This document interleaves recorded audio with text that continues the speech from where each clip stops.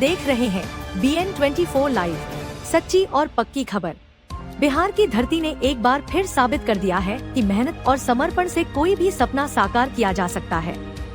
CBSE 10वीं board परीक्षा में जुड़वा बहनें निष्ठा और आस्था ठाकुर ने शानदार प्रदर्शन किया है।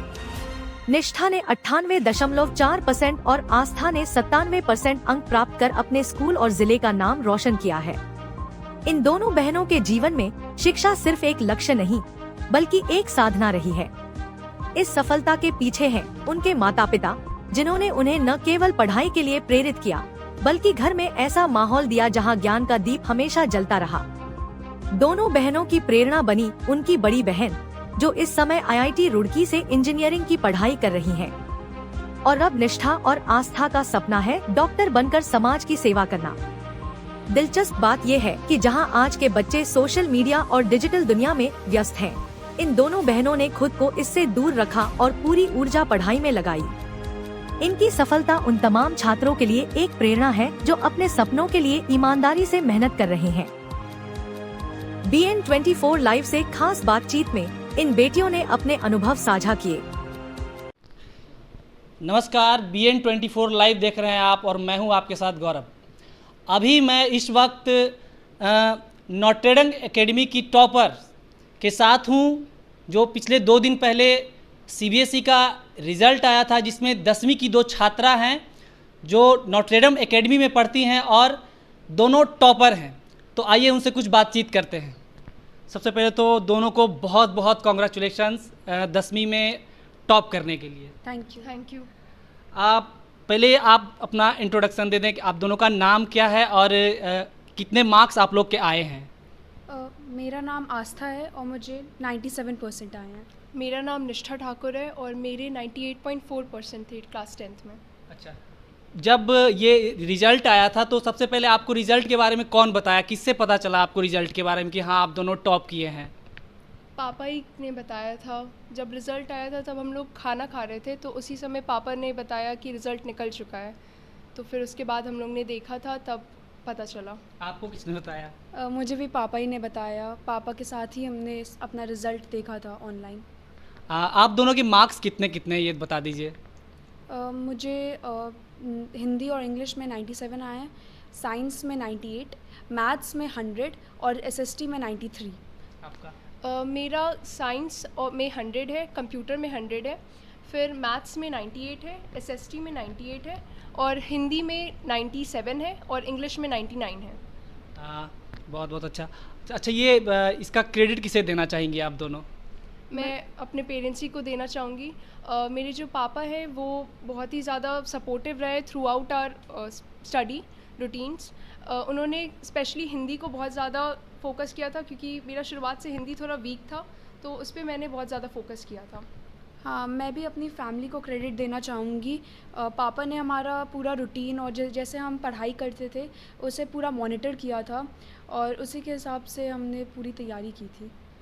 कितने घंटे पढ़ाई की आप दोनों ने? ऐसे डेली स्कूल जाते थे, तो स्कूल डेज़ में हम 4 to 5 आवर्स पढ़ते थे और नॉन स्कूल डेज़ में 9 to 10 आवर्स। आपका भी यही रूटीन था? हाँ, मतलब कभी कभी कम रह जाता था, लाइक नॉन स्कूल डेज़ कभी 6 to 7 आए, फिर 8 रह गए और स्कूल डेज़ में यूजुअली 3 to 4 रहता था आवर्स।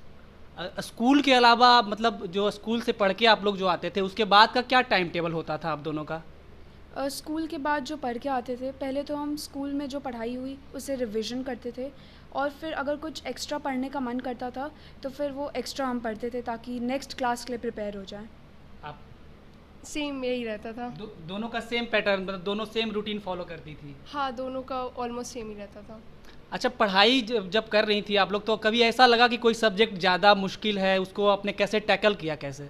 हाँ जी हाँ, मुझे हिंदी थोड़ी सी ज़्यादा मुश्किल लगती थी, तो उसी के लिए फिर मेरे पापा ने मुझे बहुत ज़्यादा हेल्प किया, बहुत मोटिवेट किया कि हिंदी हमारी मातृभाषा है तो उसे हमें ढंग से पढ़ना चाहिए। तो मैंने उस पर बहुत ज़्यादा टाइम इन्वेस्ट किया था, हिंदी में ख़ास करके। मैंने हिंदी और इंग्लिश दोनों ही में बहुत ज़्यादा टाइम इन्वेस्ट किया था, क्योंकि मैथ्स और साइंस तो ठीक था मेरा, मतलब हो गया था आराम से, बट हिंदी में बहुत प्रॉब्लम आते थे उसको राइटिंग में लिखने में, फिर कॉम्प्रिहेंशन में भी। तो उसके प्रीवियस ईयर क्वेश्चंस बनाती थी, और फिर जो स्टैंडर्ड बुक्स हैं जैसे एनसीईआरटी एग्जाम्पलर हुए, फिर खुद ही से मॉडल आंसर्स बनाना, तो उसका प्रैक्टिस करती थी। पढ़ने के दौरान कभी ऐसा लगा कि हाँ अब थक गए हैं, अब शायद मतलब ये लगा कि अब नहीं हो पाएगा हमसे, कभी फील हुआ? तो उस टाइम क्या करती थी आप? हाँ जी, हाँ, वैसा मुझे बहुत बार फ़ील हुआ कि अब नहीं पढ़ाई करने का मन कर रहा है। लेकिन उस समय फिर सोचते थे कि जब एग्ज़ाम का रिज़ल्ट आएगा तब पूरी फैमिली बहुत प्राउड होगी अगर अच्छा रिज़ल्ट करेंगे, तो उसी से फिर मोटिवेशन मिलता था कि चलो पढ़ ही लेते हैं। हाँ, मेरा भी बहुत बार आता था, मन नहीं करता था पढ़ने का, बुक छूने का भी मन नहीं करता था।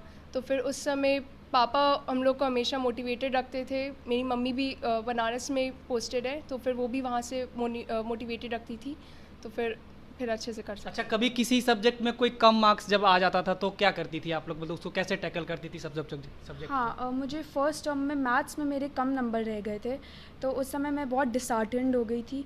तो उसके बाद मैंने मैथ्स को स्पेशल फोकस देके बहुत सारी बुक्स बनाना स्टार्ट किए, NCERT exemplar, R S. Agarwal, NCERT, बहुत ज़्यादा फोकस किया। मेरा भी हाफ ईयरली में मैथ्स का ही रिज़ल्ट अच्छा नहीं आया था, तो फिर अक्टूबर ऑनवर्ड्स मैंने मैथ्स पे बहुत फोकस किया और तीनों बुक्स बनाए।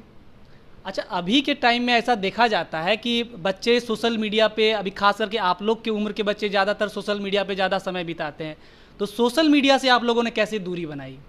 मेरा कोई सोशल मीडिया का अकाउंट है नहीं, और ऐसे अगर व्हाट्सएप है तो फिर उसका एक फ़िक्स्ड टाइम था कि हम आधे घंटे शाम को ही देखेंगे, व्हाट्सएप यूज़ करेंगे, तो वही। हाँ, मेरा भी इंस्टाग्राम या फिर कोई भी ट्विटर अकाउंट वैसा कुछ था नहीं, तो फिर उतना नहीं थे सोशल मीडिया पे कभी से भी। अच्छा, आपके फैमिली मेम्बर में कौन कौन से हैं? मेरे फैमिली मेम्बर्स में मेरे पापा हैं, मेरी मम्मी है, मेरी एक बड़ी दीदी हैं जो कि अभी आईआईटी रुड़की में है, अभी वो इलेक्ट्रिकल ब्रांच में पढ़ रही हैं। तो दीदी का क्या सपोर्ट रहा पढ़ाई के दौरान, मतलब वो अगर वो आईआईटी रुड़की में पढ़ रही हैं तो क्या उनका क्या क्या सपोर्ट रहा आप लोग को? वो क्लास 10 में वो भी स्कूल टॉपर थी, उसके 99.2% आए थे, तो उससे बहुत ज़्यादा गाइडेंस मिला। उन्होंने बहुत सारे टिप्स दिए हम लोग को, हर बोर्ड एग्ज़ाम के पहले वो बताती थी हम लोग को कि कैसे क्या स्ट्रैटेजी फॉलो करना है लिखते समय, तो फिर उससे बहुत ज़्यादा हेल्प हुआ। हाँ, हम जब भी बोर्ड का एग्ज़ाम देने जाते थे तो हम उसे कॉल कर लेते थे कि दीदी प्लीज़ बताइए कि कौन सा स्ट्रैटेजी फॉलो करें, कैसे पेपर को अटेम्प्ट करें, तो उसमें दीदी ने बहुत हेल्प की थी हमारी। दोनों का आगे का क्या प्लान है अब? आगे मैं मेडिकल स्ट्रीम में जाना चाहती हूँ और डॉक्टर बनना चाहती हूँ। आपका? मैं भी मेडिकल ही स्ट्रीम में जाना चाहती हूँ, मैंने पीसीबी दोनों किया है। मेडिकल? हाँ, दोनों हाँ, मेडिकल। अच्छा। तो ये थी हमारे साथ नॉट्रेडम एकेडमी की दोनों टॉपर निष्ठा और आस्था, जिन्होंने बताया कि पढ़ाई के दौरान दोनों ने क्या क्या स्ट्रेटजी अपनाई। और एक लास्ट सवाल आपसे और एक रहेगा कि जो आने वाले जो बच्चे हैं जो आगे बोर्ड का एग्ज़ाम देंगे, उनको क्या टिप्स देना चाहेंगे आप दोनों? मैं यही बोलना चाहूँगी कि stay consistent and stay motivated through out the year. ऐसा मत करना कि 5 दिन पढ़ाई किया और फिर 1 महीना छोड़ दिया, क्योंकि उससे बहुत ज़्यादा इफेक्ट पड़ जाता है पढ़ाई पर।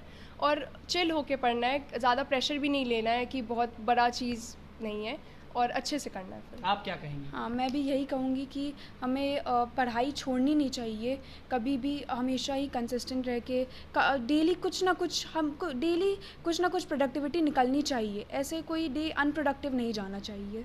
चलिए, बहुत बहुत थैंक यू आपका, best wishes for your future. बाकी तमाम खबरों के साथ आप जुड़े रहिए हम BN24 के लाइव के साथ।